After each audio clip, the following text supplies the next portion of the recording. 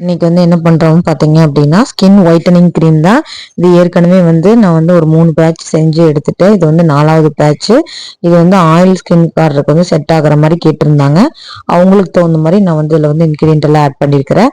Orange feel powder, Multani மிட்டி, அதுக்கப்புறமா பார்த்தீங்கன்னா பாதாம் ஆயில், ஹனி ரோஸ் பவுடர், அதுக்கப்புறமா நம்மளோட சீக்ரெட் இன்கிரியன்ட் எல்லாம் இன்னும் கொஞ்சம் ஆட் பண்ணி இந்த க்ரீமை நான் ரெடி பண்ணியிருக்கிறேன்.